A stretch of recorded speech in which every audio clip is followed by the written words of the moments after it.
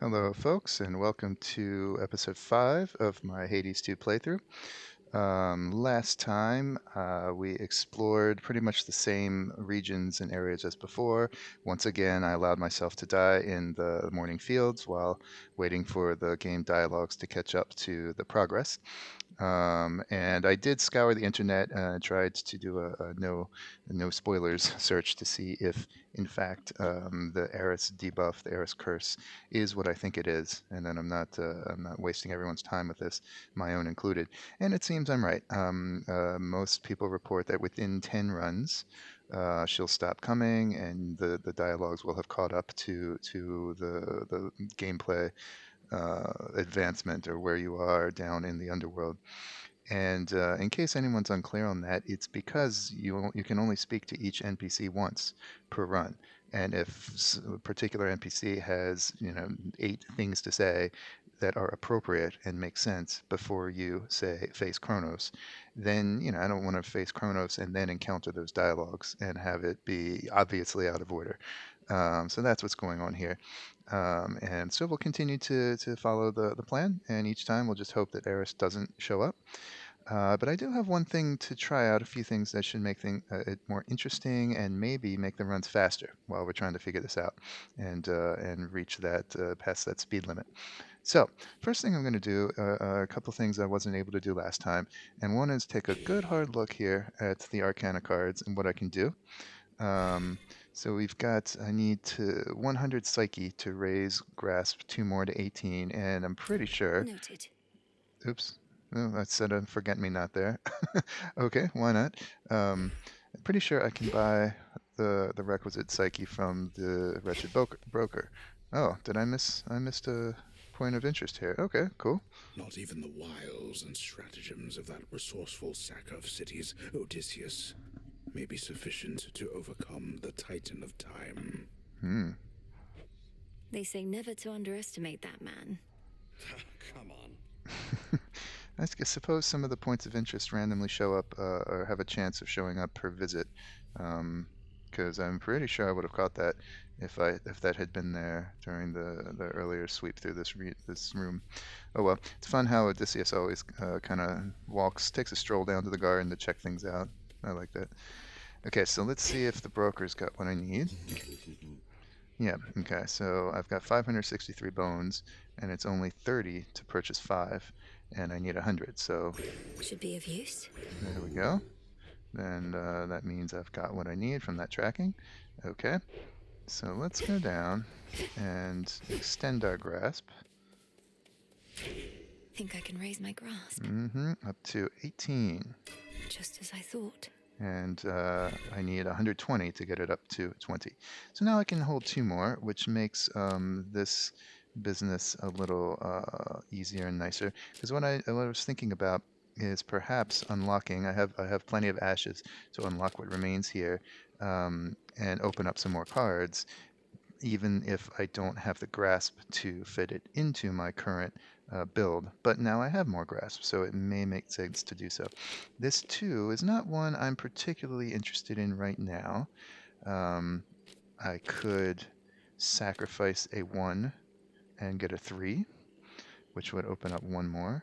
I could open this one up, which would open up 2 new cards. I really don't intend to use this one. Um, yeah, and of course the big goal at the moment is to unlock this one, for which I need a 5. And I definitely don't have the grasp for 5. So this 3 is not bad, and I'll explain what these change of fates can be. That's not the one I prefer to use.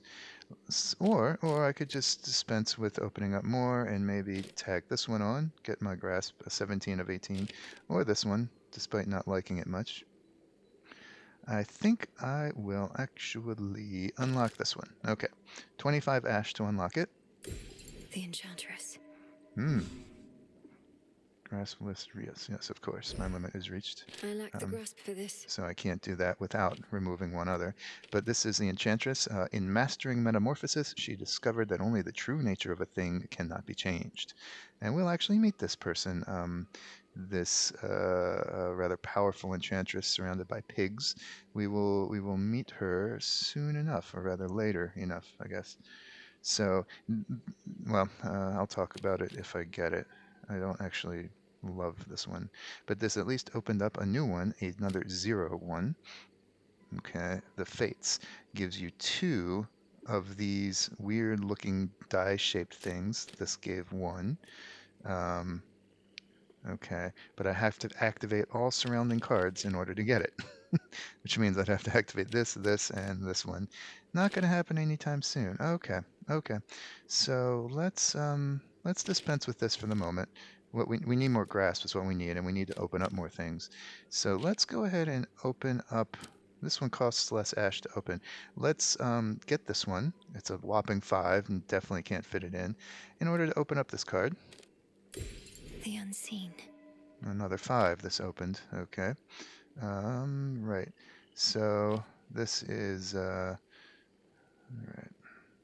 Strategizing. I think I will. If I give up enough, I could, of course, get this 5 and then trigger the 0. If I gave up a 1, let's see. Hmm.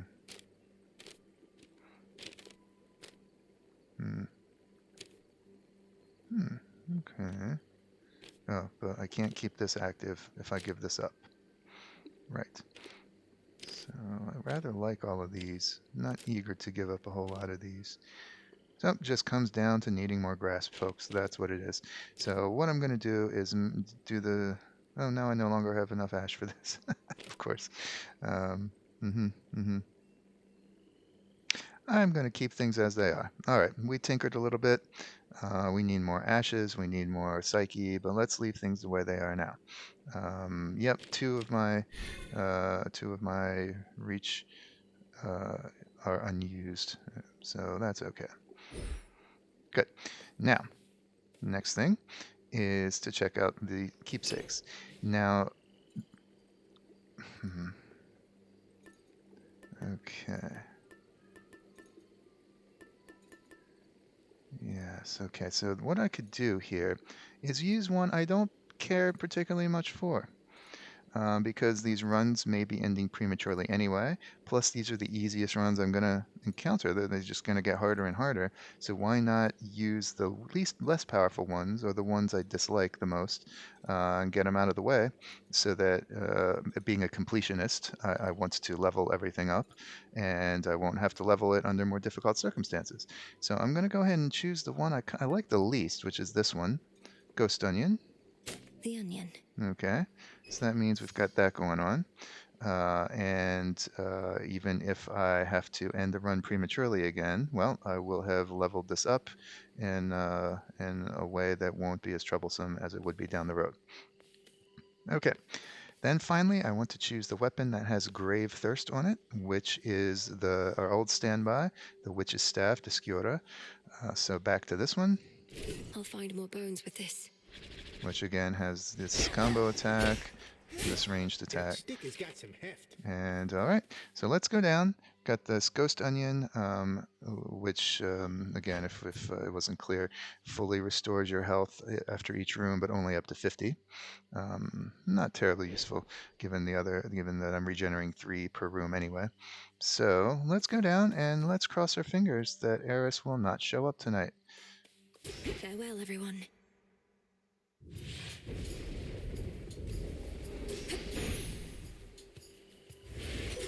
Hey, Em, I'm back. Oh, You are.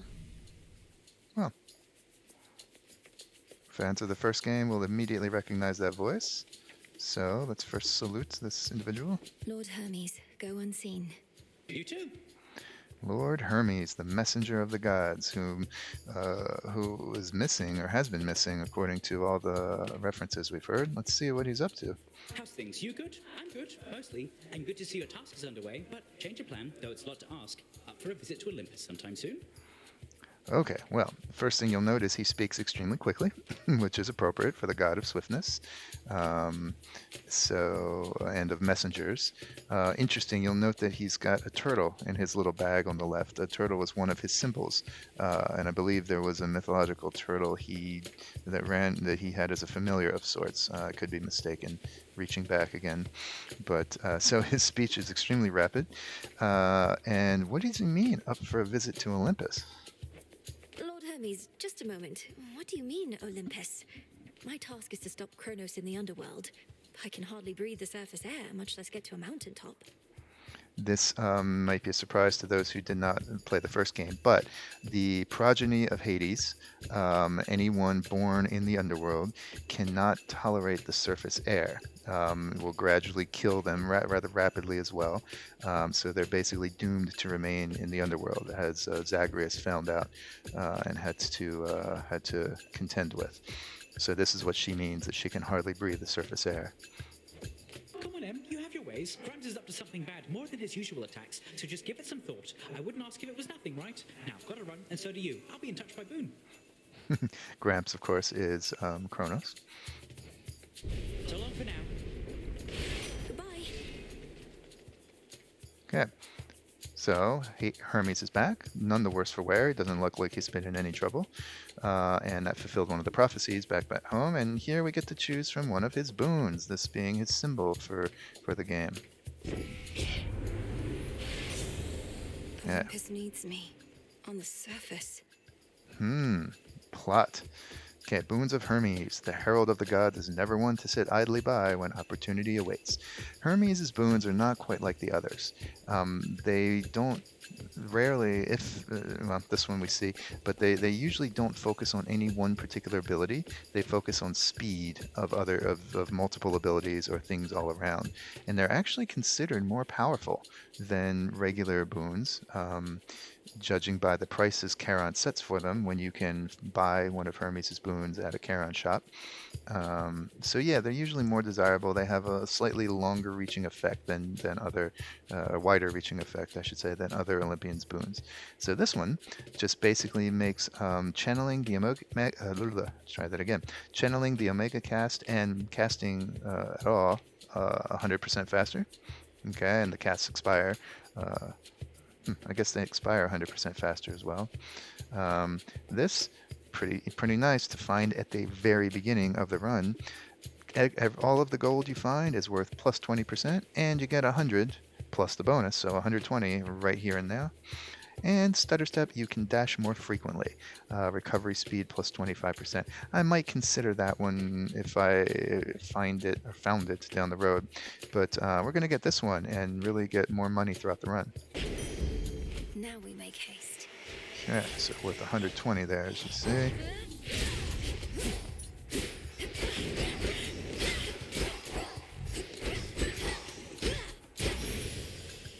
And that's worth 20% more what it would have been. The gold I found in that person, that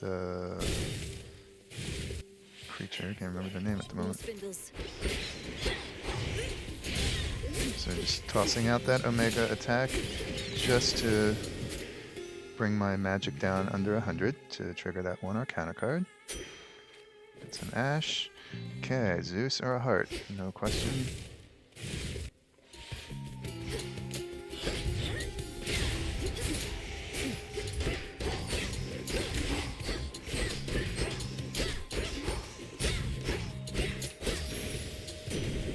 Area clear. The fates themselves knew Kronos would be overthrown by his own kin. We've done it before, and we're going to do it again. Your assistance in the matter is appreciated.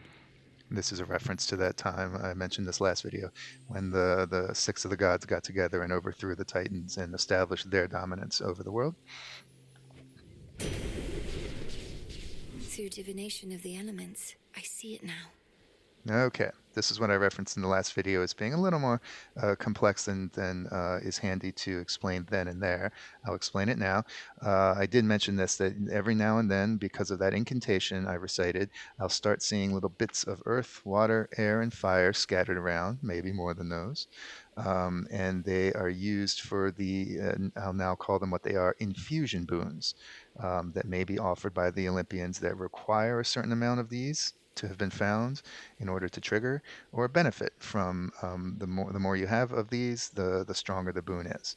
So now, from this point forward, all of the boons I find are going to be marked by the type of element they channel, and so sometime and getting, I forgot to say this, getting one of these boons counts as getting one of these elements. So regardless of which one I choose, I will walk away with one air bit. I don't know what partitive noun we should use for that, but one infusion bit. So, specials, inflicting blitz, casts, okay, or rush. Let's get the cast. Quite like that.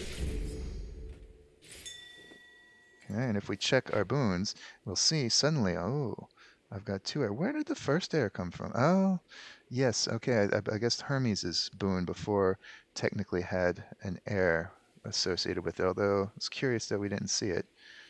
Unless I just totally overlooked it. So anyway, we've got two air bits. I'll use bits for the time being. Got some silver here. Always use more. Indeed. And magic. Yay, I guess.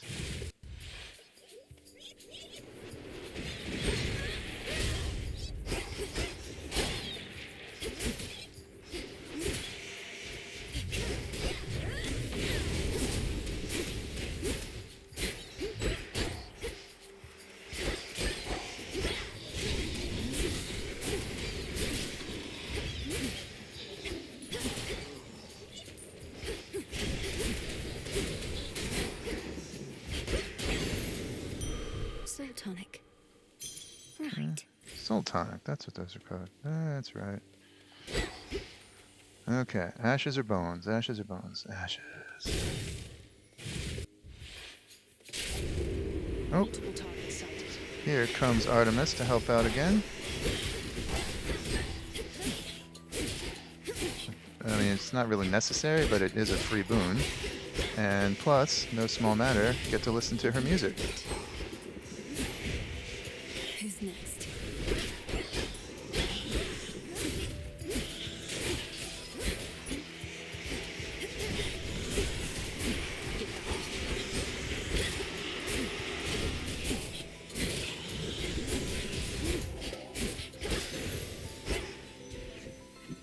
Short work?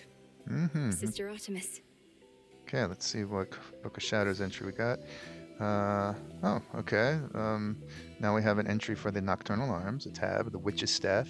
Amongst the Nocturnal Arms, Descura was the first to wake when you approached. She is yours. How does it feel to wield her? Something which should never have been used. Forged in chaos as a last resort to bring her brother arms to heal if need arose. Brother arm, that's interesting.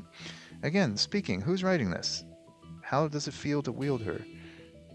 Whoever wrote this was not me, so to whom are they writing? It's interesting. She is yours. Yours would be me. Yep, again, I've got my hypothesis. We'll sit on it for a little while. Some moly. Another I saw moly. it first. I saw it first. Some ash. Okay, salute. Together we shine. Together we shine. I thought I had, I don't have a nectar to give her. Okay. Has my little brother lived up to his shining reputation so far? At least he did his part. As soon as I told him about you, sure enough, he was plenty eager to let all Olympus know. Apollo was very kind, though easy for me to say. I'm not his twin.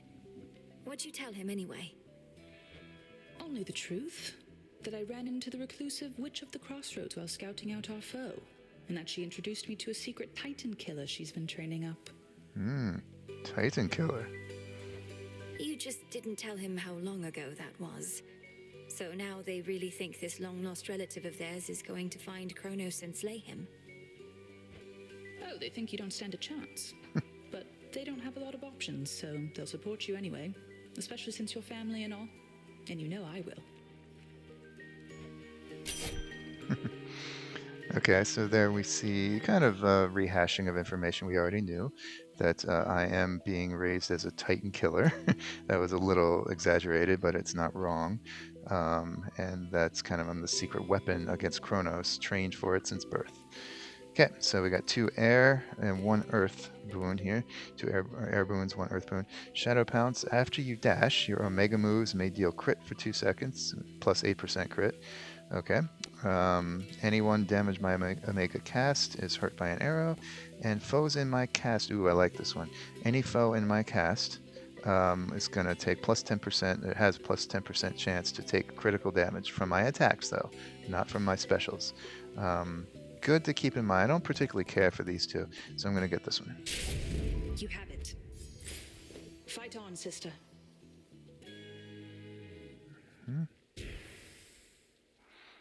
And that you'll see gives me one of the earth bits here. 1 earth, 2 air. Okay, I could get Hestia with a skull mini boss, or this new individual. Normally I would absolutely take this, but let's explore the story by talking to someone new. Oh, my keyboard button didn't function.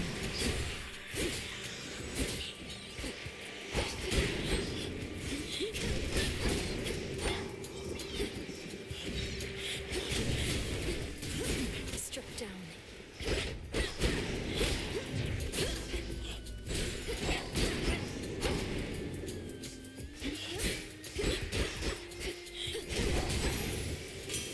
The blacksmith sigil.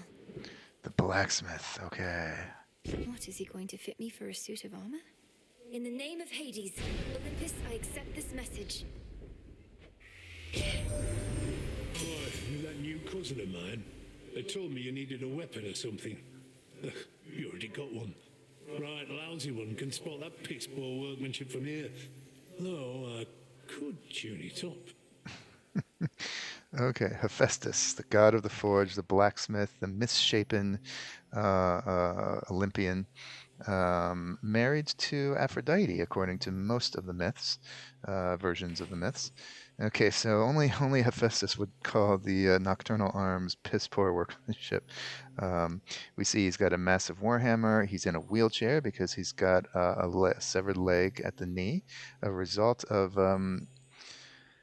I believe, being tossed from Mount Olympus by Zeus or Hera, can't remember who, upon his birth. Those are his parents, Zeus and Zeus's wife Hera, for being so ugly or something like that, and survived the fall. Awful story, but most of the Olympians are, you got to face it, awful individuals. And yep, so here he is, and he's going to tune up the weapon for me, I guess. Yeah, these are his boons. Boons of Hephaestus. The incomparable arms and armor that he fashions are prized even by gods. So 1 epic one, okay. 1 fire, 2 earth. Okay, this one is a dash boon. If anyone is near you after you dash, you cause a blast, deals 200 damage in the area, but it can only be used every 10 seconds. This one is a magic regeneration boon. You restore 150 magic, and anytime you get hit, and your hits, the hits are -3 points reduced, so basically tougher. Not my favorite of the magic regen boons because it requires you to get hit, which you're looking not to do. But it also reduces -3, and that's kind of nice. And this one, you gain 75 armor at each encounter that lasts for 7 seconds. So basically free 75 hit points, but only for 7 seconds. That's an interesting one. Each and every time. Nah, gonna get this one. My silver all grew stronger, didn't it? Okay, so now I can use my my Omega abilities with much greater abandon. It's just I have to get hit to regen. Not wild about it, but okay. All right, Zeus and a mini boss. Those shadows.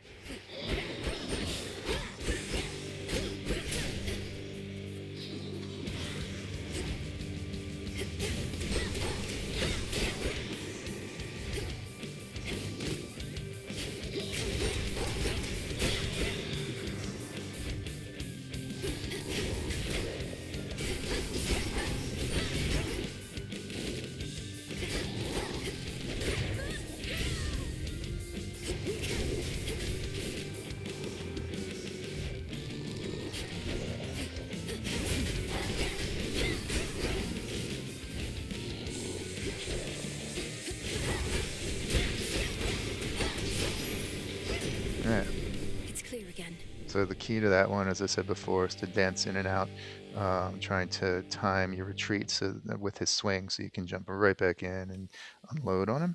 In the name of Hades.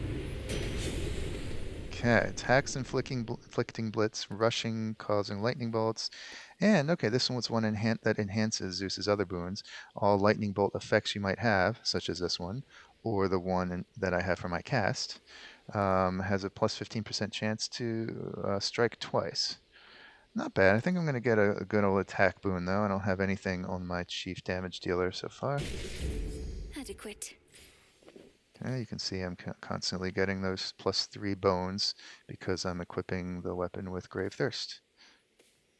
Such deep, impenetrable gloom surrounds the underworld, princess, that not even her infernal eye can easily discern what horrors lie therein. If I can't see into the shadows, I'll cut through. Okay. Look at Dash.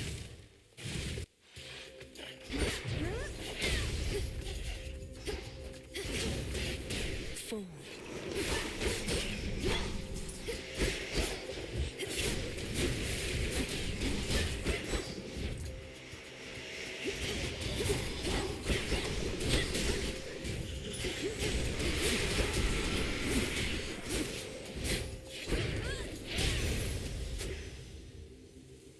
In you go.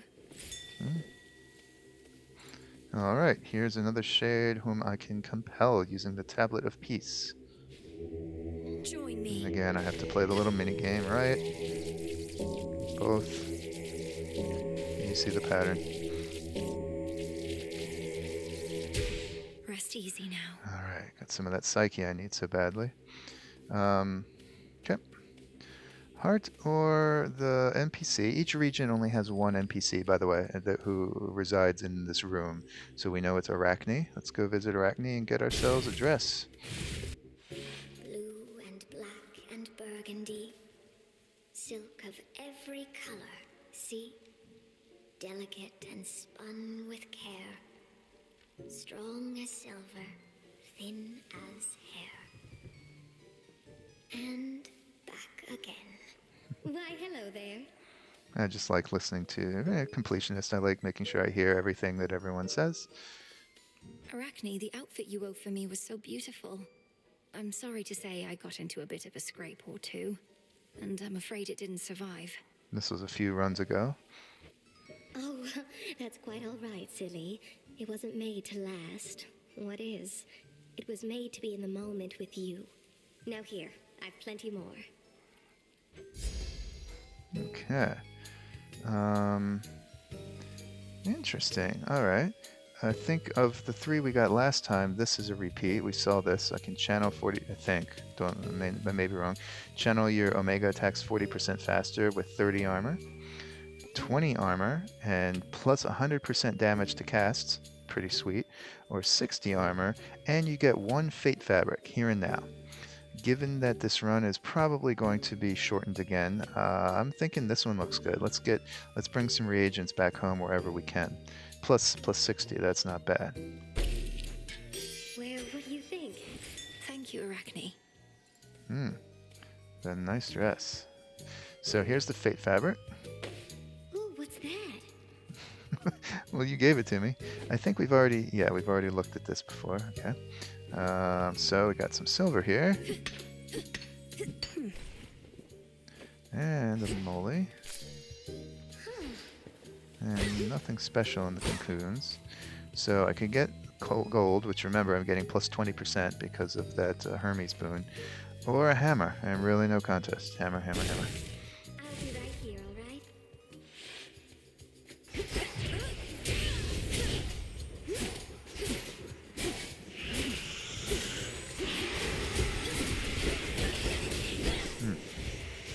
Okay, that was a bit cocky, and I paid for it.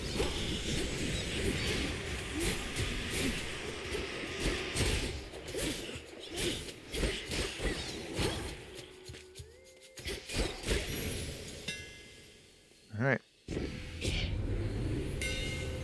Okay. Attacks hit twice. but each one uses 5 magic, which means you're going to run out of magic quickly if you rely on attacks. Attack has more range and deals 100% to the distant foes, or attacks are faster. Let's go with faster, given that I've already got a nice ranged attack. So, let's do that. Feels even sturdier. Look how... Oh, okay, a new prophecy has appeared on the fated list. Look how fast the attacks are now. Sweet. Nectar or ash? Let's go to nectar. I guess that clearly affects the omega attack speed as well. Good. Get shocked. Oh yes, and I didn't repeat this, but remember Zeus's blitz moons, they put on a curse that only triggers after the foe takes additional damage, a certain amount of additional damage, or after some time goes by. Okay. In we go. Good. Shopping. Oh, Selene. Okay. That's worth passing up the shop. And we have Hecate to face next. Alright.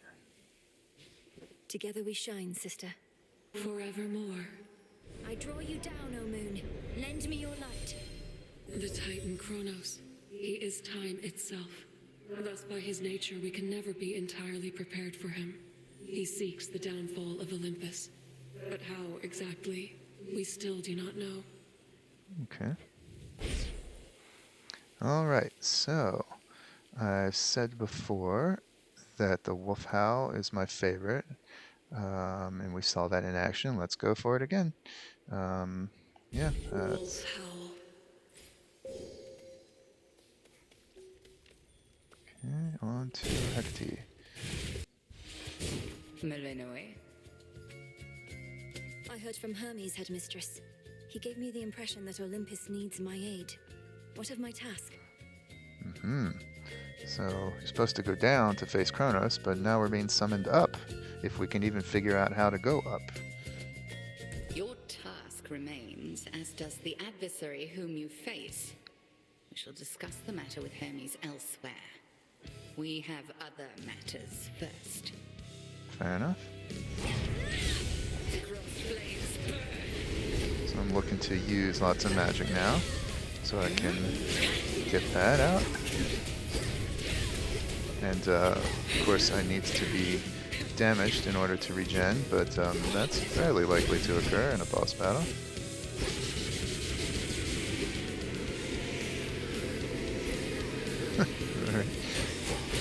I actually did not intend for that, but...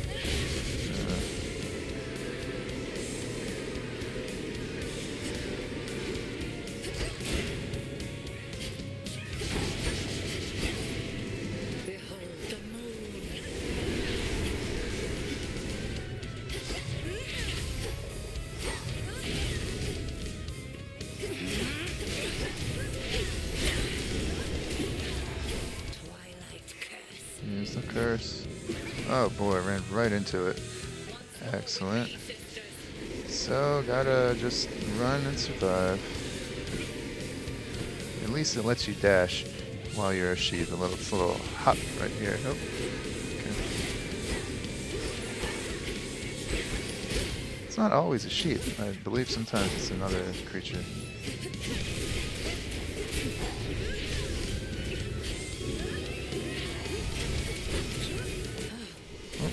Actually on a mana, okay. That magic. Well done.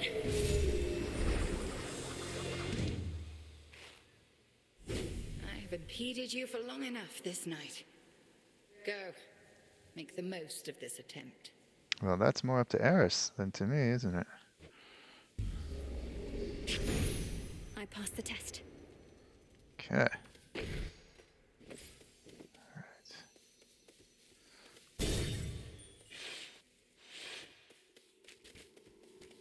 Moving on down. Oh, there's Kronos again. Kronos. Greetings, little one. Please take your time. Well, okay. You, my girl, are meddling in matters you do not understand. Your father made certain choices. He was bound by them. But you are not. You need not follow in his ruinous path. Ruinous. You brought ruin to the underworld and the surface. I'll never accept what you've done. Now enough talk. How very spirited. You truly think you can stop time? Well then, I would like to see you try. Then watch this. Oof. That is some sinister laughter. So, a little tiny plot clue there. He has brought ruin to the underworld and to the surface. All right. So maybe you got to think things would change on the surface if suddenly the underworld has been captured and nobody's doing their job down there.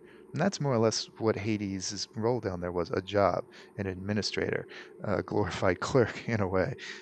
So what happens to everyone who dies now? What? Yeah, okay. So I can imagine that would inflict quite a bit of ruin on the surface. Good.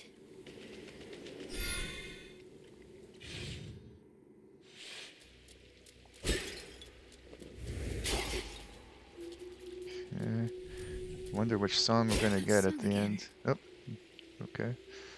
Which song it's gonna be? Within the sopping, blackest pits of Oceanus reside horrors that the greatest mortal or immortal poets could not possibly describe. Don't sell yourself short, Homer. There's that fourth wall breaking, or third and a half wall breaking. I don't know. I wonder what other terrors lurk within the sea. Double bones, excellent.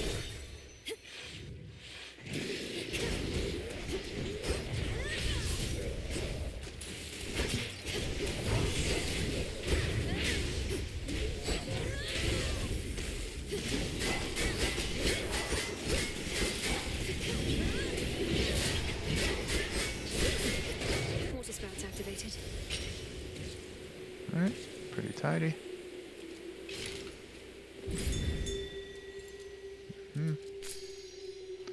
Some limestone. Alright, palm. First palm we found on this run.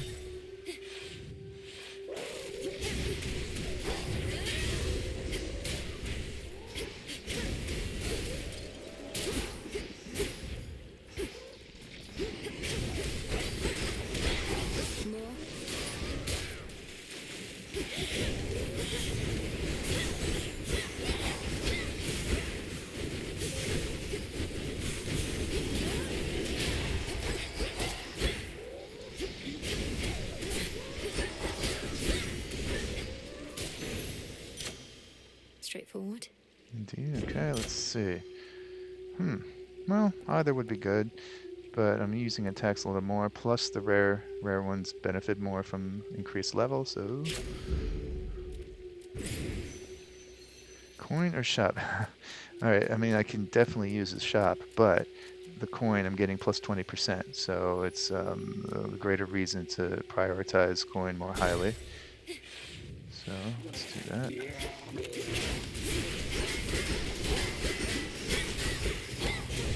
No, you don't.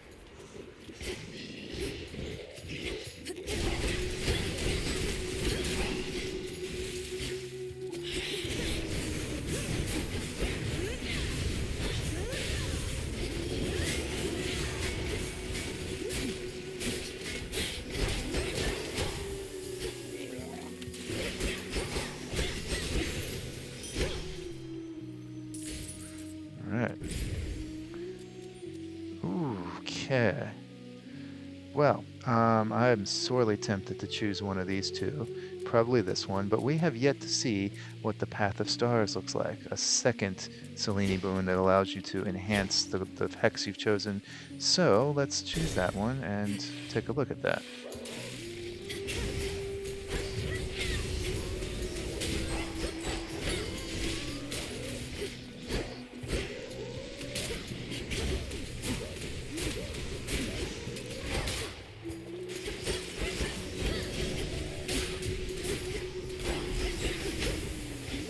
Breathe it in.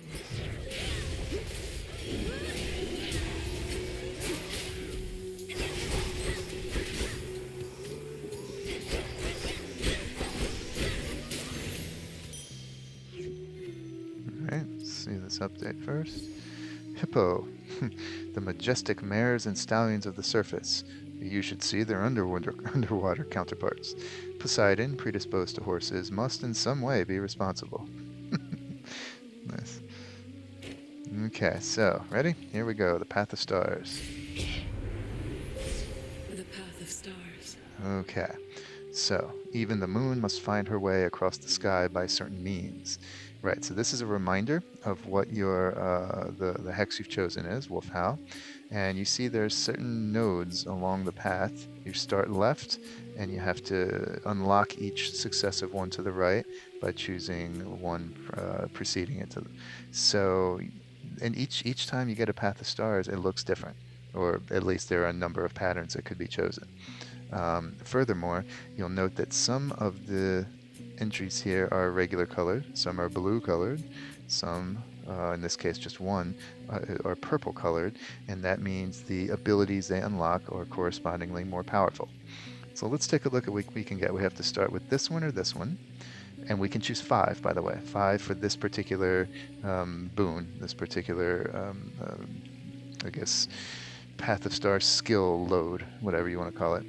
And normally it would be only 3, but I'm benefiting by +2 because I chose the hex that has that full moon glow that gives me +2 to this first Path of Stars. So this would be +50 power to the hex. Okay, just does more damage flat out. This would be the hex charges up more automatically every second, as though I were using one magic, very similar, in fact identical to that one Arcana card, and they combine. So this would mean if I got this, the hex would charge up as though I were using 2 magic per second. So which way do I want to go? Greater power, more frequent usage. Right. We can see some more nodes. Let's check a few others out. Another +50 power, +20% damage to armor. +5% to speed after you use the hex, +20% to armor again, another 5% speed, +50 power. So they're not unique, obviously, but they do stack. On this side, we've got another 20% to armor, 5% faster, 5% faster, 50 power, and 20% to armor. So those are the regular skills, the regular improvements. The blue ones are bigger. This one, after you use the hex, the next hit from your attack or special is automatically a critical strike. Okay. This one, the hex deals damage in a 50% larger area. And these are unique to the Wolfhowl, by the way. Every hex has a different suite of improvements, although some are shared between, for example, this one, moving faster, and this one charging up more. You can find that with a bunch of hexes. Okay, and then the ultimate one all the way to the right, after using your hex, you can use it one more time during the next 3 seconds. And it costs a +15 to the magic you need to trigger it when you choose that. That's kind of the price. So the way to go about this, once you become familiar with them, is to basically check out which blue ones and purple ones happen to be included and strategize. Take the path that gets you what you want. But also keep in mind the minor ones listed along the way. So between the 2 blue ones, I much prefer this one, and they both land me here. So I'm going to follow this path. Initially, I'm going to get this one. Okay, so I'm now charging it up faster. This one, move faster. I will take a little detour down here to move even faster, and then get the larger damage, or the larger area. And then continue here for +50 power. Yeah. The light of the moon. Together we shine. So that's how that works. And if I find another Selene boon, then I'll get to plug in a few more points along the path. And you can see them. They're all listed as boons. You don't see the actual path itself, although I believe you can. Maybe wrong about that. But you at least see them listed here, including their rarity level. So that is what's up with the Path of Stars. Oh, here's another shade to be compelled. Be not afraid. You'll see there are more I have to do here, and the shorter amount of time to do it.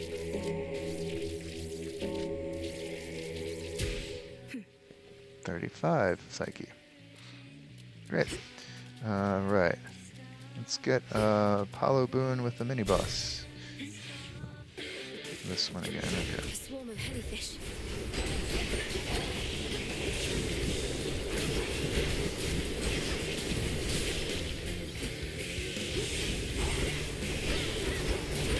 Zeus, take you.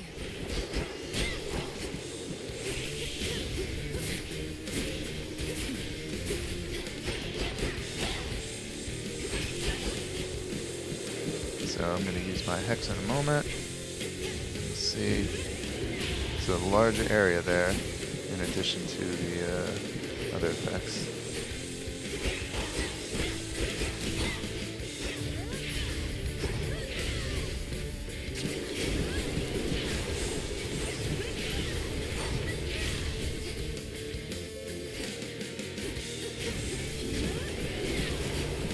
The reason I'm laying down the cast before I use the big hex is not just for the extra damage, but because I have an Arcana card that increases damage to anything in my hex by 20%. So you have to kind of remember everything that's going on with the Arcana cards. So if I lay the hex down, then the Wolf Howl is going to do plus 20% damage. So that's why I'm doing that. You're in blazes, are you now, Sunshine? It's like you're at the bottom of the sea. Wherever it is, it's awful dark. And as you know, I've always got the cure for that. Okay, I just have to get this off my chest. It feels like I'm seeing some of these dialogues a second time. Am I making this up? Am I crazy? Part of the problem is that I have experienced computer problems in earlier recordings, and some of these videos you're watching are my second attempt to do that particular night because something or other has happened with my microphone, with random computer glitches. Again, as I've said, I'm new at this, so I'm making some errors and some mistakes with the software. So I could be mistaken. Maybe some of these dialogues I'm seeing occurred in those other videos that I had to delete or that were no good. So I don't know. You can let me know in the comments because if some of these are repeats, that should not be happening and could be the result of a few things. But please do let me know. If I have time, I'll search back through the earlier videos to see. I don't plan on prioritizing it though. So relying on you folks. Anyway, moving forward. Okay. Interesting. I don't have anything on my special yet. And this is nice, given how often I'm using this. But let's buff the special first, and that's going to be another air bit. Heart or magic? Not wild about either. Let's go for a heart. Here goes.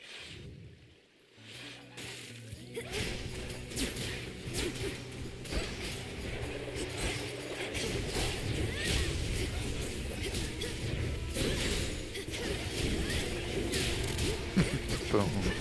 That's very satisfying.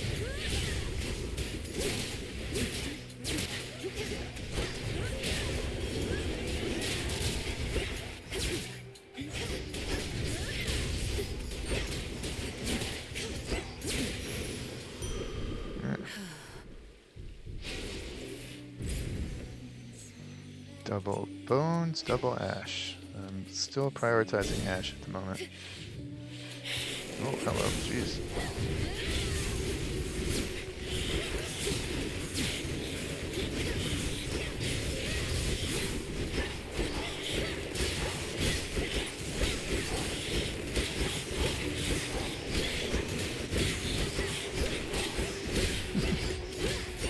Really just wanted to see if I could do that. That's why I didn't use the hex. More ashes. Hermes or... Well, I mean, I've got a lot of money, and it would be a shame to have gotten that earlier Hermes boon and never spend it on anything, the extra coin on anything. But my general rule is if a boon's being offered, unless I really, really don't like the Olympian involved, I'm going to prioritize that, because you're not guaranteed to get one that you like from being offered at the shop. So, Hermes it is. And Scylla is next. Moonlight, guide us. In the name of Hades. Okay. All of these are good. This one is better in the beginning. The first purchase you make in any location, which includes the Charon shops, but also a few other things, costs less, 5% less, and then after you buy it, boom, something else takes its place, which would otherwise never happen. Cool. Flat 0.5% dodge chance and move speed per boon you have. Very nice. Dodge is extremely powerful. Just free misses left and right. And this one, flat 10% speed to attack, special, and cast. That's sweet, but I think I'm going to get this. Let's see. Here we go. Let's see what it totals. It tells you if on the tooltip when you look at it. So I'm right now at plus 3.5% boon and move speed. Might not sound like much, 3.5%, but that dodge can really, really be handy. Plus, who doesn't like to move more quickly? So, down again to Scylla and the Sirens. All right, Scylla. Oh, no. Surprised to see us again, lady? Because we're not going anywhere. This is our big comeback tour, after all. Come back. I thought I dealt with you last time, yet here you are. Am I going to have to drive you back into the sea? I like Melinoë's power pose here. Her stare you down, do not mess with me pose. I don't know. Am I going to have to tell Jetty and Roxy to play their hearts out? No, I'm not. Because that's just what they do. Don't you, gals? Sing along, everybody!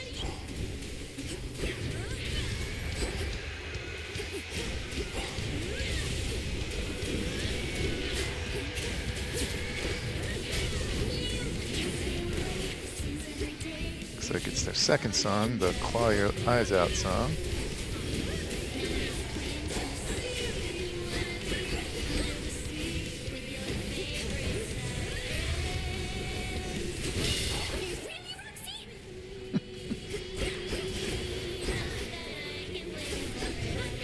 I think Scylla is the definition of a toxic manager or type A. Didn't mean to do that exactly there.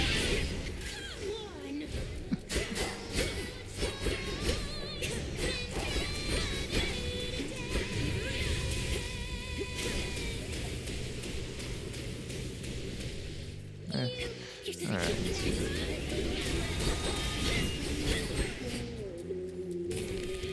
Oh, she is.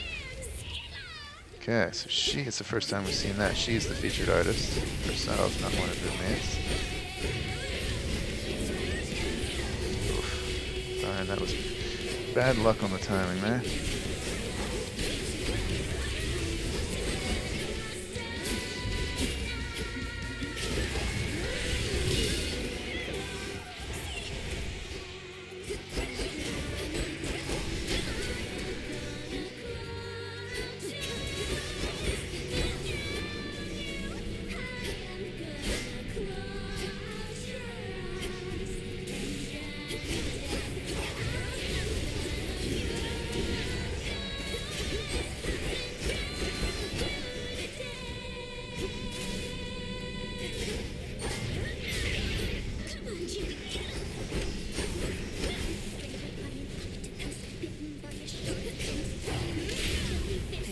Suit.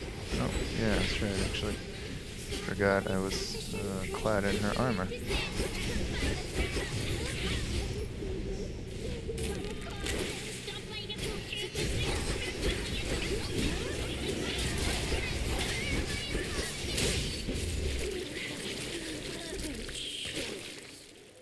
Okay. They just won't shut up. Alright, let's disappoint him. Technical difficulties once again. Apologies. I don't have to do that each time, of course, but it amuses me, so sorry. Oh, another point of interest. Where once reverberated the enthralling music of the sirens, sheer silence now remains. Yet for how long shall those immortal songstresses be stilled? Very eloquent. Doubtless only till my next attempt. I wish we brought back doubtless. Really like that word. It's a pity it's not very common. Not that it's gone anywhere. The reason I'm using the fountain, by the way, even though I didn't need to, is the exit doesn't actually open up until, or unless you use the fountain, so you have to. Alright. Time to dry off. Well, the magic question. Eris, here or not here? I'm guessing she's here. Just trying to provide a bulwark against the disappointment. Path in sight.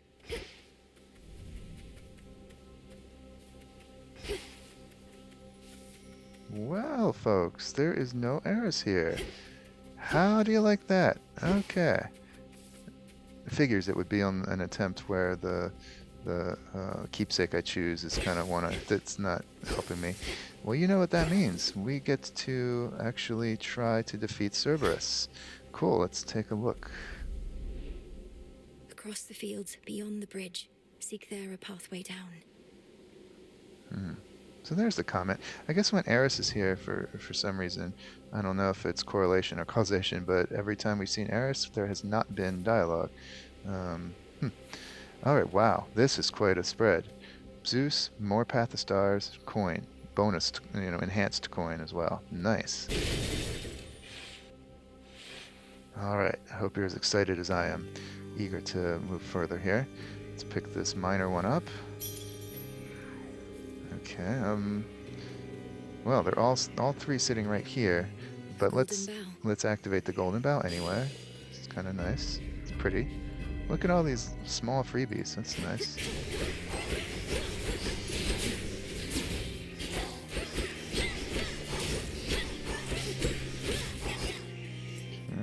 Extra hash. Got some black rock here. Or sorry, glass rock. Yeah. Okay. I got it wrong. Glass rock, and I mean, I don't have to clear these minor adds out, but why not? Minor spawns out. Let's go for a new Path of Stars, or rather, more skill points along the Path of Stars.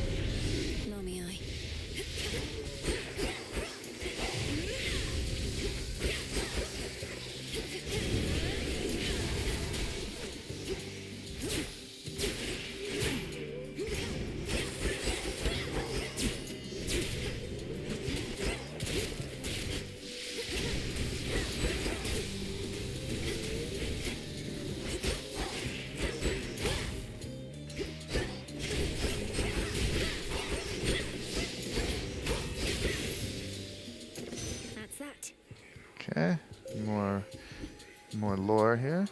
The reason you saw the hex suddenly appear is because I've got that both the Arcana card and the Path of Stars bonus that counts as though I'm using magic at 2 per second. So even while I'm standing around doing nothing, eventually that'll increment to the point where the hex triggers.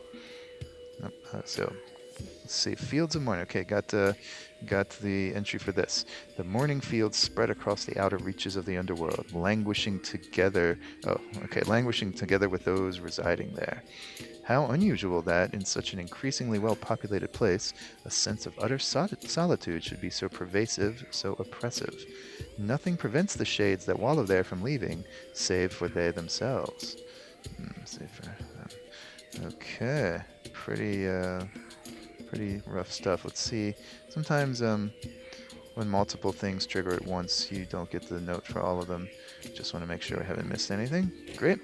And let's walk further along the Path of Stars. Okay. So this time you see I only get 3 instead of 2. It's only the initial Path of Stars boon that is benefits from the +2 from that full moon effect.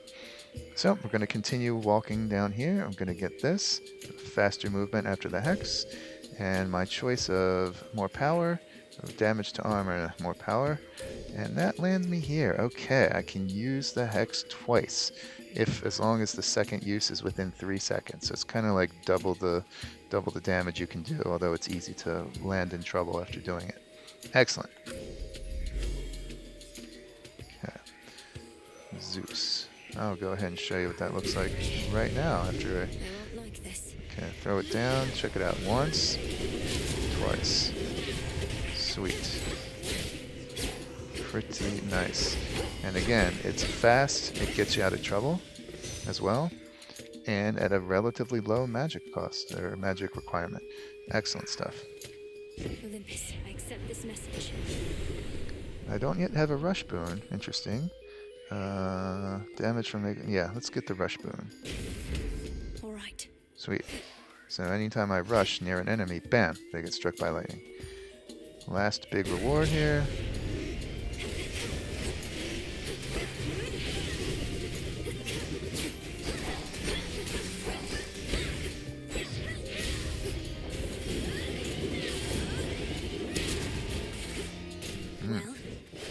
Sweet.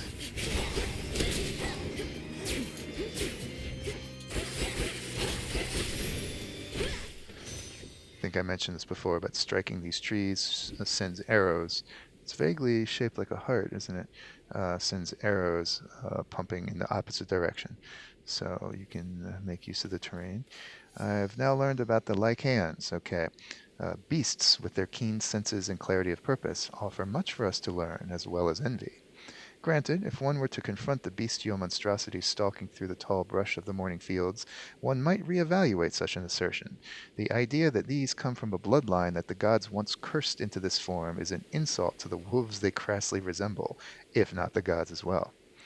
Cool. Like here uses that Greek element for wolf that we find in lycanthrope, lycanthropy, the technical names of werewolves and the curse of the werewolf, respectively. Nice. Anything else? Nope. Okay. 120 coins. I can get out now. So again, not that I need it, but this shows me the way because I activated the bow here. Ugh, ran into a thorn again. So, interesting. You know I love Demeter, but a hammer I can't pass up. Plus, this is a mini-boss. So, hammer and palm it is. Follow the golden petal path. The reason I'm getting more more hit points regenerated between realms, if you've been noticing that, instead of the customary 3 that my Arcana card grants me, is because of the keepsake, the Ghost Onion. It adds to that regen amount until I reach my total, or 50 is reached here.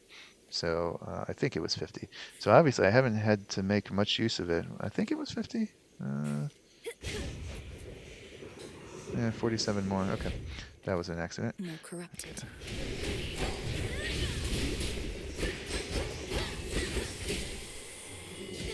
Ouch. Found the bow. There's the golden bow. Let's start pointing out things to me. Ooh, another Path of Stars. But this one is a minor. It's not the actual room, one of the room rewards. It's like a mini one. I believe it's going to be worth only a single point. But hey, I will take it. Yeah, just 1 point. So I could get one of these two, or I could start walking this side of the path and eventually wind up with this blue. I think I'm going to do that because plus 50 power, I'm liking more than either than the other one. So nice. Got the palm down here. Something for me. Yeah.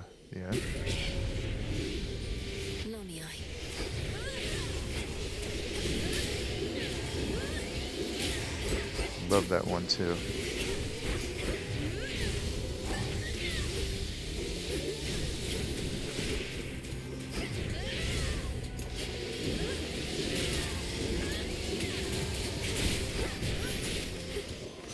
Now my reward. Lovely. Okay. Get the attack. Yeah, let's keep getting the attack up. That's really exclusively what I'm using here. 1 to go. One to go, plus I don't see any other minor ones. Again, we would receive little signposts that I'm not seeing, so no need to search around. Crap.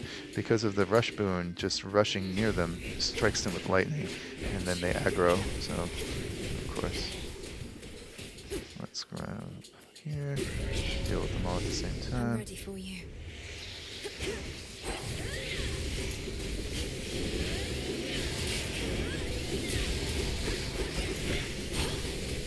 There's nothing that says you have to use the two uses of Wolf Howl consecutively. As long as you can do it within 3 seconds, you can slip something else in, which I did just there. I slipped in the cast, so to take advantage of the plus 20% damage from the Arcana card. Okay, what's my second hammer increase going to be? Oh, what do we have here? Little scrolls. This must relate to one of the faded list of minor prophecies that was added earlier in the run. And you can see here on the right, fated choice. One of the prophecies on the fated list indicates that I will choose this. Okay, and I've already chosen this one in the past. So this again is the game encouraging you to experiment, try things you wouldn't otherwise try in order to fulfill the prophecy. And I will do that. This one is definitely right, complements my current strategy completely. Plus 30 power to the attacks. Do it. Superior might. Okay. Could get going now. And I will get going. So, Aphrodite. Oh, okay. Let's check out this individual.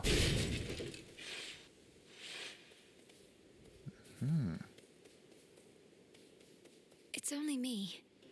Who are you, may I ask? You may remember that we learned, I kind of told you who this was, but it was very easy to figure out. By the way, the music is great too. Each of the melody bits, I don't think they're actually arpeggios, I could be wrong, echoes. Repeats itself almost in threes, just the way that echo does, which is a very nice touch, I think. Who are you, may I ask? May I ask? May I ask? Well, I can sense you're of no danger to me, so I am Melinoë. Family business down in Tartarus. And you are... Do I hear an echo? I am Echo, Echo, Echo, Echo. Dispirited nymph, again, pined and faded away to nothing upon being rejected by Narcissus, until all that was left of her was her voice, and apparently her shade down here in the underworld. By the way, you can tell that these are shades by the little kind of glowy blue, flamey effects on them. Not a mortal, not a living mortal at the moment, a shade down here. Yeah. Oh, I have not seen this happen before. This middle one, interesting. Reward, reward, reward. It gives you a copy of your most recently claimed reward, which was a hammer boon. Which means, unless something weird happens, I will be able to use 3 hammer boons this run. I have not seen that happen. Lovely. The other 2 is, this is also quite nice. Boon, boon, boon. You choose one of 3 random boons that you gained in the previous run. So the game will randomly present 3 that you earned during the entire run, and you can choose one. And this one, all 3 of these are great. Actually, gold, gold, gold. After your next purchase from Charon, you gain another at no extra charge, in most cases.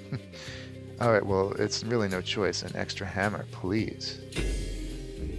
Such a power. Oh, I can give her a gift, now that I know her name. Well, let's do it. You usually jump at the chance to give gifts to the NPCs down here in the underworld because you're not guaranteed to run into them. So it's good to leap at the opportunity. Let's do that. Even in a place of sorrow such as this, there's beauty, gentleness. I know not how to ease your burden yet, though perhaps this will help. Perhaps this will help. This will help. This will help. The writers pretty cleverly manipulate the dialogue so that the last thing Melinoë says is echoed by echo and makes sense, contributes to the conversation instead of just being a random echo.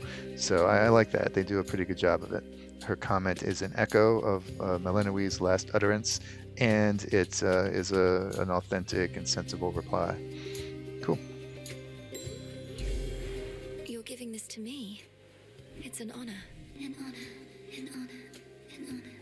And it made sense in the context, because she said perhaps this will help, not in what I was giving her, but in what she was prepared to give me, a new keepsake, the concave stone, which we will examine upon our next trip back to the Crossroads. In the meantime, I'm curious to see if this will actually work. Yeah, well, how about that?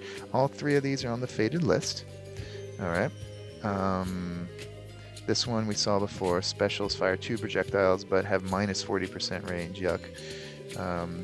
Channel an additional 30 magic into the Omega Special to deal plus 300% damage in a larger area. Sweet if I were using the special, which I'm not really. And this one, this complements it. Greater range. Again, it's a little redundant because I have a ranged special, but why not? Plus 100% damage to that distant foe. That's nothing to sneeze at. The Master Craftsman's gift. Cool. 3 of these gifts, of these boons, hammer upgrades. That's something. This is a first for me, everyone. All right. Hephaestus and some minor stuff. Hestia and some minor stuff. Much bigger fan of Hestia. Much, much, much. So let's go there. Okay, let's find the golden bough first if I can. Although, this was served right up to me, so I'll go ahead and get it. This corruption. Oh, that's an elite lichen. Really don't like them.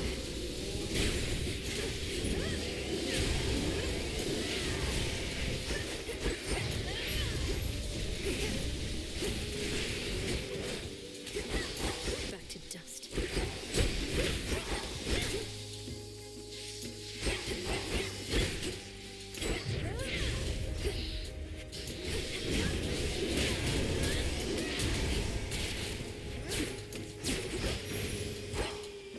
Foes eliminated. Okay, and the Ghost Onion keepsake ranked up, which was the whole purpose of using it in the first place. Start ranking it up so I don't ever have to use it again if I don't want to. And again, you could ignore it entirely, ignore all of them that you don't like. But again, completionist, as most of us gamers are, I believe. So I do want to level it up. It is now, well, it's not going to tell me, but it increases the total amount that you will regain with it. So, Hestia. Daz and I got on all right, comparatively speaking, I suppose. After we put the Titans in their place, though, he went down into your underworld and I drifted away like a spark from a flame. This is the one I love. I'm ignoring everything else entirely. Cast to aim that fireball, or aim that casting circle with a fireball as a ranged attack. Love it. That's one down. Love it.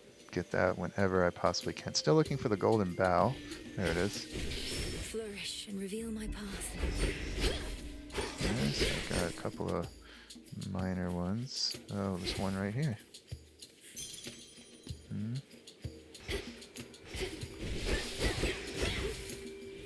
There's a major one.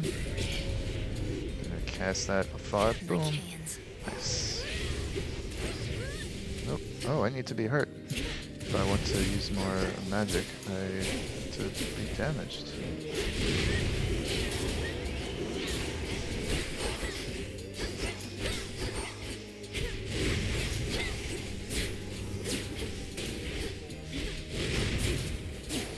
Love it. I go back and forth on whether I prefer Hestia's ranged casting circle or Zeus's. Hestia's is slower for sure. Zeus's is instantaneous, but it's got greater range. Both of them inflict damage. Okay. Did I forget to check one before? Okay, let's see. Yes, I did. I got a couple things here. A whole heart. So much like common mortals, we deathless gods are often caught between what our minds say and what our hearts desire. When mortal hearts utterly give in, leaving their hosts with nothing at all, these unfortunates sometimes become mere husks of their former selves, even in death. And I've noted before how they attack. They rip their hearts out of their chest, toss it as a little explosion at you, a little bomb. Blight shades are these little mini things. Yeah, it's reminding me of something from another video game. Maybe Bastion. I don't know. Well, a lot of the enemies do. Bastion is an earlier game made by the Supergiant Games, who created Hades and Hades 2, and a lot of the art is similar because it's the same designers. All the dead come to the underworld sooner or later, one way or another. Used to, anyway. The smallest flecks of former life, given sufficient time and absolutely nothing more, sometimes grow weary of their lot. In the fields they flock. Okay, little bits of former life kind of growing into pests. Canine, little wolf's heads here. The father of all monsters gave rise to a multitude of things that mortals and perhaps gods fear, rivaling in number even all the sons and daughters of night. Nyx, as I've said, has tons of progeny. Some of these can hardly be described as living things. They are more like flashes of malice given form, sometimes even a decorative form, oddly enough. So, one of a multitude of things coming from the father of all monsters. Okay, and then the Lamia. I always grew up saying Lamia, but yeah, okay. Our craft, like any tool, need not necessarily be used only for beneficial purposes. There are such creatures as possess a basic knowledge of destructive arts, and that is the extent of their magical inclinations. The snake-haired spawn of Queen Lamia come to mind, their venomous thoughts manifesting in a crude yet potent way. And the arts that the writer, whoever this is talking about is witchcraft. Our craft. So at least someone who's a witch writing to another witch. Queen Lamia, I believe the mythology made her into this half snake, half human person, but I think she was a Scythian or Abyssinian, something from one of the cultures that Rome, took over or wiped out or subsumed or whatever. I do not know, but I think the mythical tale was supposed to exaggerate and cast in a negative light this historical queen. All right. Anything else here?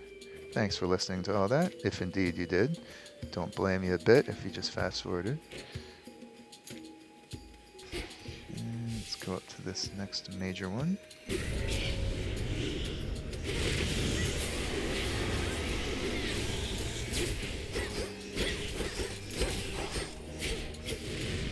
Still haven't been hit, so like I said before, that is a weakness of the magic regen boon offered by Hephaestus. You don't regenerate anything unless you get hit, and I don't want to be hit, so I'm kind of stuck without ability to use much magic.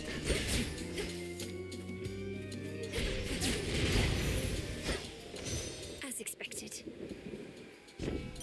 Okay. Attack special. Alright, I think I've raised attacks enough. I'm also using the Storm Ring, the cast ability, quite a bit. So let's get this up too. Now. Alright, this is just floating here for me. Sweet. I should be able to get out, I think. Why didn't it tell me I should be able to get out after I killed the last of the encounter enemies? Huh. That's a little odd. I feel like I'm missing something. I suppose I'm not. I would have a sign for it. Alright, off we go. And okay, Charon's shop lies next. Finally, I'll get to spend some of this gold. And then Cerberus, and we're going to make an earnest attempt this time to defeat him. Unless Eris shows up here. Gosh, please don't. Okay. Oh yeah, first time I've May moonlight guide us. spoken to him on this run. I heard from Hermes at last, my lord. He didn't get into the details of what he discovered, though perhaps you know more.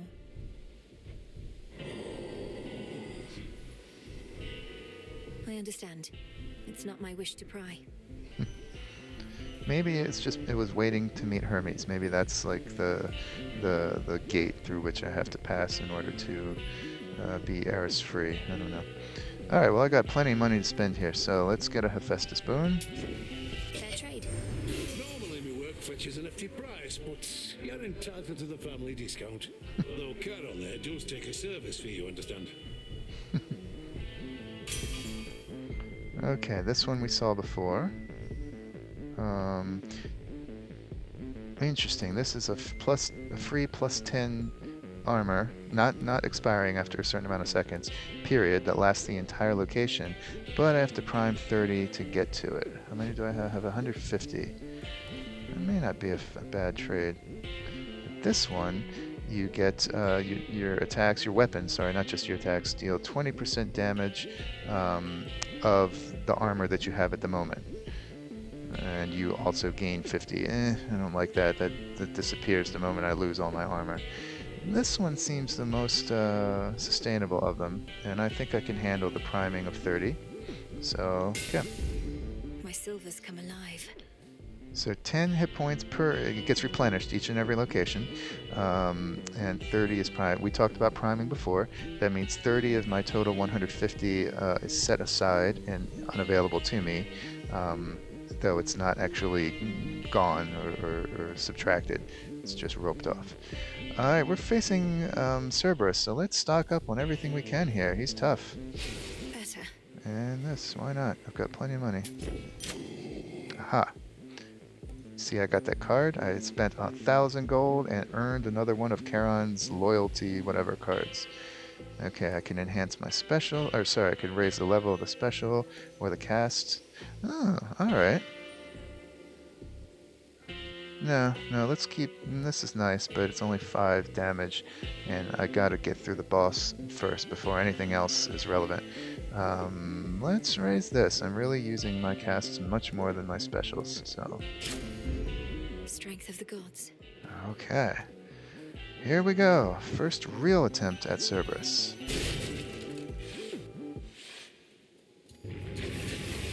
I'm sorry, but I have to get through. So the deal with him is to stay behind him. Okay, stay behind him. It's not guaranteed to help because he does have some effects that extend around him, but in general, it's behind him. Such as this one. He kind of creates these big pits, and then these huge hound heads erupt from them. Easy now.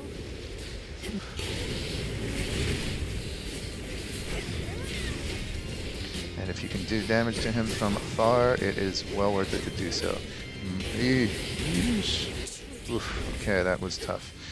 Most of his abilities are close-up abilities, so you want to stay away from them if you can, although these pits that arise here, again, are trouble.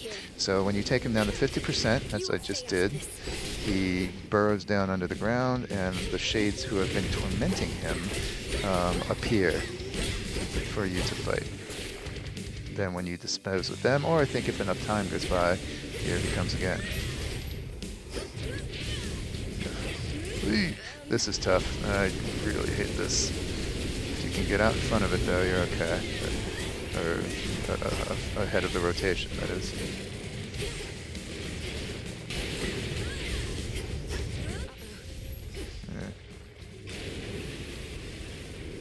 Yeah. Okay, you gotta get inside. Gotta get inside that one.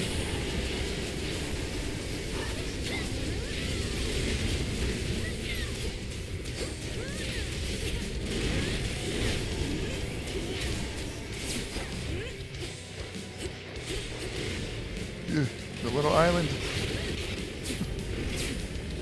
Oh god. Oh gosh, how did I avoid that? That was sweet. So I don't have any more magic. Can't use my Omega anymore, so I'm reduced to the special that I said I didn't use very much, so why bother buffing it? Oh well. Okay. Got him. Yay! Cerberus, it's really you. That's the Cerberus you may remember from the first game. Having shed its coat of torment, the soul-devouring infernal beast beyond the gates of Tartarus reveals that it is not the monster it appeared, but one more infamously vicious still. Oh, he's a good boy, though. No, wait, stay. Where did he go? Okay, so important to say, beast is soothed, not destroyed. Don't want to kill our boy. And I assume we got the entry for him. Yeah, and for Echo. So he's qualified. He's listed here as the rest, not as a Steed in danger, but as kind of a big NPC almost. So, with the gates of hell flung wide, their feared guardian is no longer required. With the gates of hell flung wide, okay, that's something. So no one's being kept in the underworld anymore, free to come and go, and you can imagine the havoc wreaked on the surface by that. Continuing the read, especially since the beast is loyal to the underworld's king, not the usurper of his throne. Cast like a common cur from the house of Hades into the Fields of Mourning, the beast rages on, implacable. You were an infant last you met. Why would he remember you? Or why would he remember you? Better intonation. So this is clearly being written to and for Melinoë. But by whom? It's a little strange. Okay, so more is to be learned here. Let's check up on Echo. I missed this before. There are such nymphs as spoke too much for their own good. After this one crossed a certain goddess of high status, she, the nymph, never got to choose her words again. As trite as it is to die of a broken heart, that she did too. Yet she persists, her voice a dim reflection of her circumstance. That's curious. It doesn't mention Narcissus at all. I'm really reaching back to middle school and early high school, decades and decades for this Greek myth stuff. Perhaps there's a lot more to it than just fading away out of pining for Narcissus. Anyway, back to the matter at hand. So I soothed the beast, and he left behind tears. Okay. Tears. Oh, poor Cerberus. Let's examine these. Tears mostly used with incantations involving spirit and sorrow. Shed for a variety of reasons, from joy to sorrow. These are the latter variety. Poor boy. I have a massive soft spot for dogs. Okay, so looks like we are going down. There's nothing else to explore here, just a burnt, raised terrain. He was guarding the gates. Oh, except the dialogue, apparently. He was guarding the gates. So, here we go. My keepsake expired. Aha. I used up all of the keepsake hit points, so it's gone. Authorized personnel only. Okay, this should look very familiar to folks who played the first game. Here we are in Tartarus. In Tartarus, the lowest region of the underworld, where Zagreus begins his escape attempts in the first game. Here it represents the lowest point, the end of her journey down. Legions loyal to the Titan of Time yet guard the underworld's major passageways, but remain unaware of certain secret methods of descending deep into the realm. Secrets of the unseen. The unseen, again, being this society living and working at the Crossroads. So, authorized personnel only, she said. Okay, here is one of the pools. Okay, let's see if this works. Okay. This is something... An old pool of purging. Which we can't access yet. Okay, gonna have to wait. Alright. This music will be familiar too. Let's unseal. Well, actually, we'll see. And unseal it. Now, on my authority as Princess of the Underworld, unseal. I'm in. Okay, here are the old halls of Tartarus. Extremely nostalgia-inducing to those who played the first game and loved it, but marked with these gaudy golden heads now. Interesting. Hey, Eris. Oh, Right. I forgot the sheet. Okay. All right. Well, that makes sense, I guess. We can poke around a little in here. I won't intentionally die in the very next room, but I'm not going to go too far. In fact, I want to be very careful not to go too far. We'll just do a room or two. Notice all the gold dust scattered around. Ugh, here I was, and I thought, oh well, let's talk to Eris. What are you doing here in Tartarus?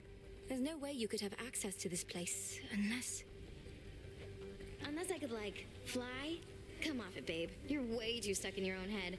You'll probably be stuck here, too. That makes no sense. It's underground.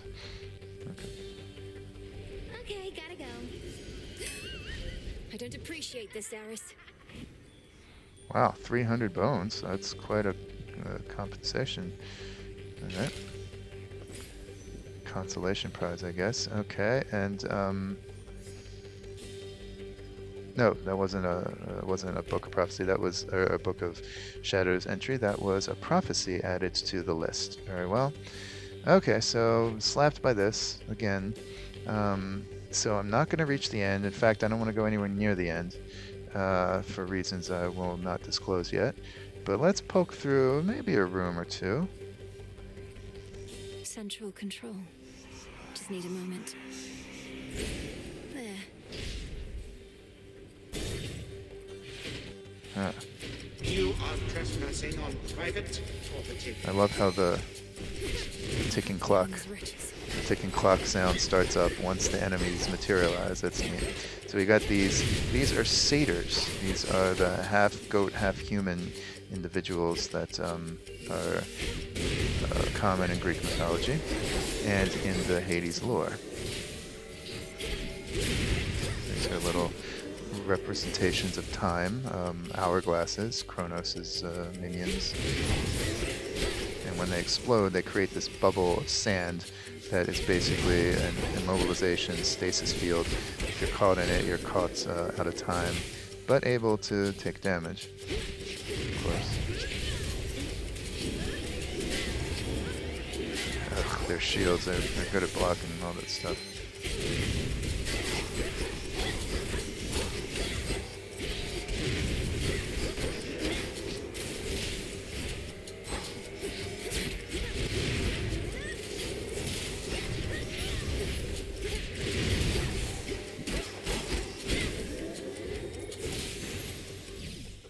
Enough. Okay. Now seems an appropriate time to mention something from the first game. Those were satyr warriors we saw there, and satyrs plagued the very end game of the first game. When Zagreus reached the surface, attempting to escape from the underworld, the last region was the Temple of Styx, connecting the underworld to Greece, to the surface, and they were plagued. The temple was plagued by satyr cultists. And the game took no small pains to let the player know that they're not quite sure what they're doing there. Why were the satyr cultists there? Basically sacrificing themselves time and again to set up little shrines, enact foul rituals, all these things. The game makes it very clear that that's a bit of a mystery, and now we know why. Now there's a suggestion as to why, I should say. I'll let the plot unfold, but anyone who played the first game immediately recognized these satyrs and said, aha, there's a connection there. That's enough for now. What do we have here? There. Okay, that's helpful. Let's examine it. Shade rot, mostly used with incantations involving eternity and quietude. Deathless residue from wretched shades that wallowed long enough to leave a mark. Cool. So we found that. I just think there was something else down here, right? Marble. That is the mineable mineral down here in Tartarus. Mostly used with incantations involving control and stability. Stone formed under intense pressure and prized for its color and potential. Could head straight for Kronos, or... Okay, good. I was hoping to be able to talk about this.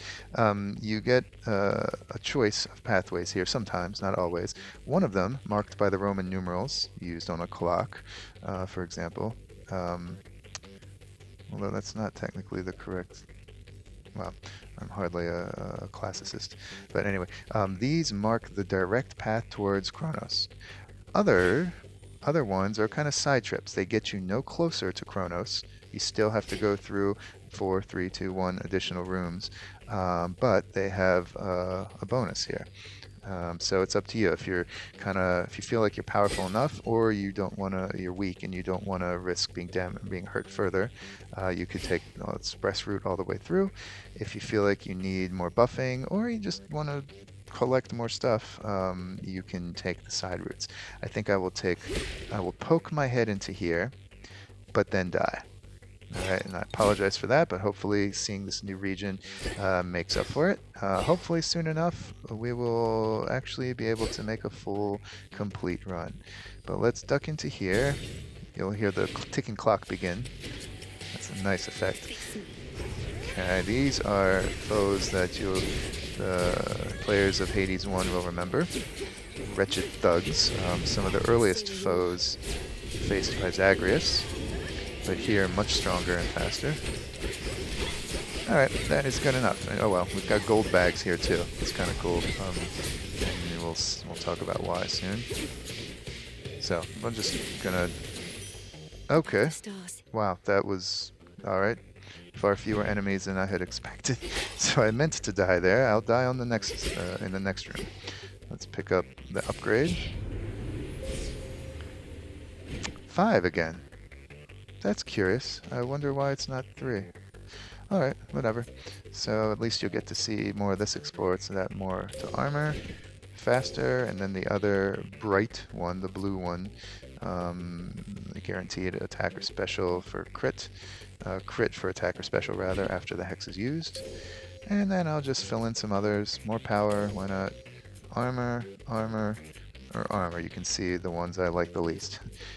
Okay. There at last. Okay, cool. So let's immediately die in the next room. I don't want a chance going too far. We'll make the other side trip. This would grant me a single palm of power that raises the chosen boon by 3 levels. So not 3 individual palms of power, a triple strength one. And this is going to mark the end of the run. Oh, Virophence, another kind of satyr. Kind of satyr wizards, if you like. Do your worst. Golly day, is that your worst?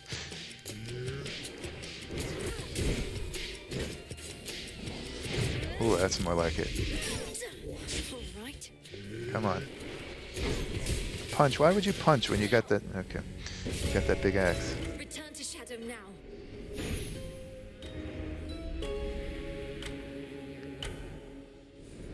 I heed your call once more. Oh, hello.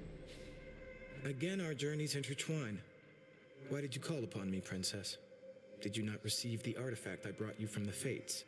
This was the result of using that other incantation to beseech further aid from the 3 Fates. So here comes their representative Moros again.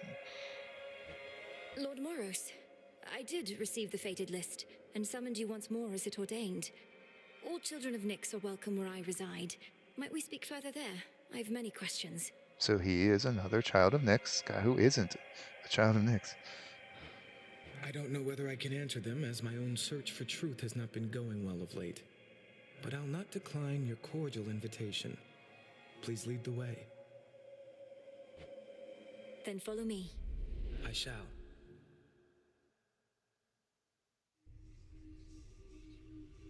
Where did he go?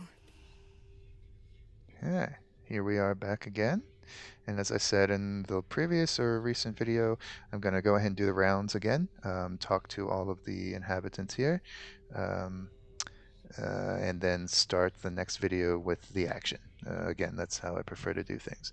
So, Lord Moros has been invited by Melinoë to visit the Crossroads. What does Phrynos have to say about this?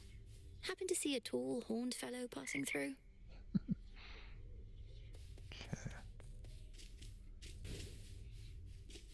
What's up, Dora? Moonlight guide us and all. Terror engulf us. Don't you have friends among the other shades, Dora? You could join them for some activity out there. It's picked up a lot of late. Foolish witch. Haunting this tent is a full-time obsession. We lesser shades can be a little single-minded. I guess kind of like mortals.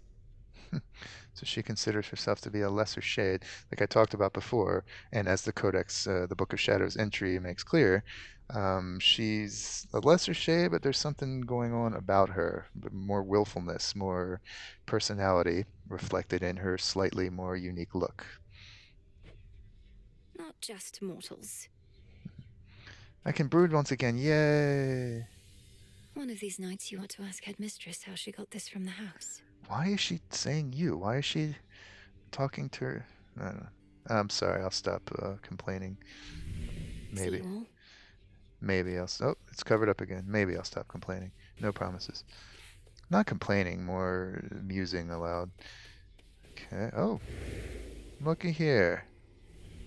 A brief word? So, Lord Moros himself is now in the Crossroads. Let's talk to him before we check the list. Princess, we've not met formally. I'm called Moros, Doom, or the official bearer of bad news. The Witch of the Crossroads apprised me of the situation here, and was gracious to invite me to stay for now. It's worth taking a moment to appreciate the art that goes into this. Okay, he is representative of Brother 2 and Guardian of the Three Fates, who are the weavers, the spinners of the threads of mortal lives. And that motif is present throughout. Look at the drapery. Look at the colorful cloth around him. Look at the trifold little belt things. Three tassels are hanging down, one for each of the fates. Look at his headdress, almost like it's a loom or a spinning wheel or something, with the hair draped over it, the way cloth might be. Look at his sword, very much like a needle, with the handle. This is some of my favorite artwork in the game. Thematic, and it doesn't beat you over the head with it. Really love it. Anyway, back to his words. Moros Doom, or the official bearer of bad news. Hecate has invited him to stay. Okay. You're welcome here and safe, Lord Moros. So then you know of my task. To vanquish the usurper of the House of Hades seems more than a task. I regret this burden is yours to bear, and much sooner than expected. That's curious. Much sooner than expected. I haven't commented on this yet, and several times the game has made reference to Melinoë suddenly beginning her journey, and unexpectedly so. I don't know what that's about. I mean, she's clearly powerful. What are they waiting for? How much worse do they want things to get? So I'm not musing aloud with the knowledge in my mind. I legitimately don't know, and I'm wondering if it will be made clear.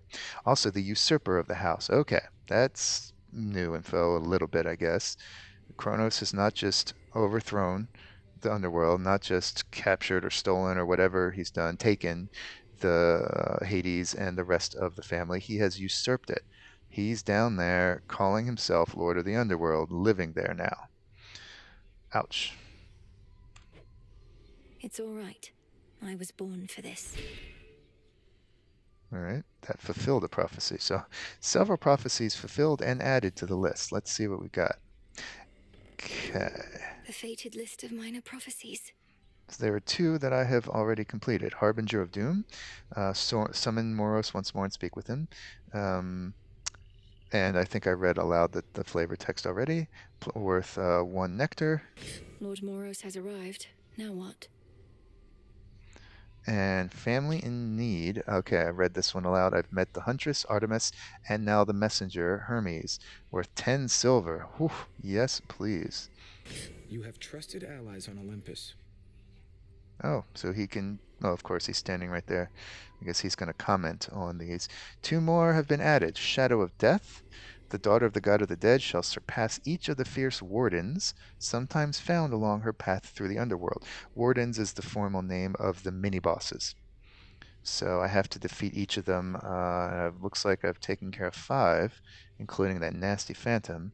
But 4 more to go. It's worth 5 fate fabric to me. And the witch's staff. The daughter of the god of the dead shall apply various Daedalus enchantments to the staff called the Sciura. So, as we noted before, you see the prophecy scroll marked next to the ones that you haven't yet taken as encouragement to try out at least once, all of the enchantments. And it's worth 250 bones if I do it. I've got 5, I think. Yeah. Okay. Cool. That's what I'm looking at now. Right. No Artemis this time. No humming this time. I kind of like that. That's still blocked off. So, I can gift to him. Oh, I mean, yeah, why not? You got to assume he's going to have a nice keepsake. Sure, let's turn right around and gift to him the nectar I had just received, or that I just received from the fated list. Lord Moros, as our honored guest, we wanted you to have this, to make your stay a bit more comfortable. Why the awkwardness? The nectar of the gods. Thank you, Princess. I've not received an offering before, though I do like to come prepared. So here, from me to you. This is our first glimpse at his pleased pose. That is, I think he's more handsome this way, looking straight. I never really despite loving the artwork, never really liked the cut of him. This is a much nicer shot, perspective on him, hand outstretched and all. He's never received an offering before. Bummer. The representation of doom. I mean, yeah, who's gonna worship that? That's a tough life. or unlife, or whatever it is we call it. Okay, so what is his keepsake going to be? How thoughtful. I accept. The engraved pin. We'll examine that shortly. I can salute him as well. Peace, Lord Moros. To you as well. Nice formal bow. All right, I guess I got the Book of Shadows entry on him. Yep. A son of Nyx and the harbinger of doom. You have too little experience beyond the narrow scope of your practice to understand why he is hated so. Remember, Melinoë has spent her entire life, except for very, very early infancy, in the Crossroads with witches and shades. She has no understanding of mortal cares and fears. The three fates rely on him to ensure their will is done, whilst he relies on them for his sense of purpose. What would he do without them? Well, he's here with us now, so he's going to have to get used to something different. Okay. Got it. All right. Oh. Headmistress is away. I was quite looking forward to a chat with her about finally reaching Tartarus. Oh well, we can examine her little spot here. Numerous are the responsibilities of Hecate, Witch of the Crossroads, unseen watcher between realms, and keeper of the key to pathways hidden even to immortal eyes. And our headmistress. Alright, looks this cauldron just loves to bubble up more for us. So what's been added? As we improve ourselves, so does our craft. Okay, that makes sense. She is more confident about her alchemy or her brewing, I guess, and so she can do more. Only one of the three is available now. This one, and again, I like to read them only when I'm able to use them, at least read the flavor text. I need 2 Nightshade. This causes locations to sometimes contain a well of Charon, which means it's a little minor shop, not as nice or as powerful as Charon's shops themselves, but a well. You can get minor items there. Revival of a desecrating pool. I need an iron for this. Okay, I have not encountered iron, as well as an additional shade rot. Reactivate the dormant pool of purging in the pathway leading to Tartarus. That's the one we saw that I couldn't access. I'll talk about what that does later. And this one I can use. 3 silver. I need all that silver. Okay, reveal a hidden glade in Erebus, where you may restore some health amid the gloom. Okay, it's just another potential room you might encounter. You may find it, you may not on a given run, but it's like a peaceful, safe room. You can recuperate, you find whatever boon was, or whatever reward was supposed to be behind the door is still there. You just get it for free. And there's a pool that helps you, that allows you to heal up. That's nice. Infused with moonlight, some fresh water seeps from high above down into Erebus. Great. Woodsy life spring, here we come. Domname Sion. So mote it be. Hecate is not there to echo our magical words. And that's it. Okay, cool. That will make, if I happen to come across that room, it will be a nice respite there. Only in Erebus, though. It's only a room you find in Erebus. It went in Oceanus and in the Fields of Mourning and in Tartarus. Nope, it's not going to appear there. Okay, looks like Charon wants to speak. Sure, let's salute him first. Salutations. Great.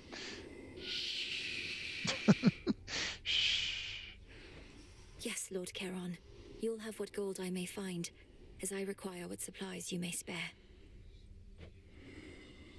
Okay, that seemed kind of unnecessary to add as a dialogue. But what we see down here is a new shipment. Remember, I had placed an order. I think it was for ashes. Not sure. And now I can claim it because enough of those time units, those whiles, have now passed. Let's do it. 20 ash there, and now I can check it again. And I once again have a card I earned. I could get 20 more ash. I could save it up for Psyche. I think we need to start saving these up for Psyche. That, it seems, is going to be the more limiting factor, given that I'm getting ashes down in the underworld regularly, but Psyche not so much, except for those souls I can compel. So let's save it up and look for and use it when I have another one to purchase Psyche. 80 of it. It's a lot. Okay. Take the little path here. Is Nemesis going to be any nicer? Oh, mother. Yeah, you said it. Let's salute her just for fun. Testa Kronos? Whatever. Damn. Okay. Never thought I'd see Moros here of all places. But then again, it only makes sense Doom would come to the Crossroads sooner or later. You make it sound like it's a bad thing. All Nyx's kin are welcome here. Headmistress gave her word. Let's remember, those two are siblings. Nemesis is a child of Nyx, so is Moros, so is Eris, so is Hypnos, so are the Three Fates. Might be forgetting others from this game, don't know. But also a little reminder that the headmistress gave her word that all of Nyx's kin are welcome here, period. So let's keep that in mind down the road. Whatever. Guess I better go say hello. Yeah, that would be polite. He's your brother. You probably haven't seen him in eons. Goddess, May moonlight guide us. we'll find our way. A word of caution, Goddess, in regard to an impediment you may confront when finally you reach the far end of the Mourning Fields. Reports suggest it's some sort of infernal beast. A big one. Our shades had to stay very far away. Again, he's like 0 for 3 in helping out ahead of time. I can corroborate our Shade's reports, and add that this infernal beast is none other than Cerberus, my father's household pet, acting on instinct and pure rage. I feared as much, for they said the beast had several fire-spitting maws. I don't suppose he recognized you after all this time and let you pass? He did neither of those things. I have to help him. Okay, Odysseus, man. Late to the game. Come on. You all look like you're being fed your share. Okay. You're safe here.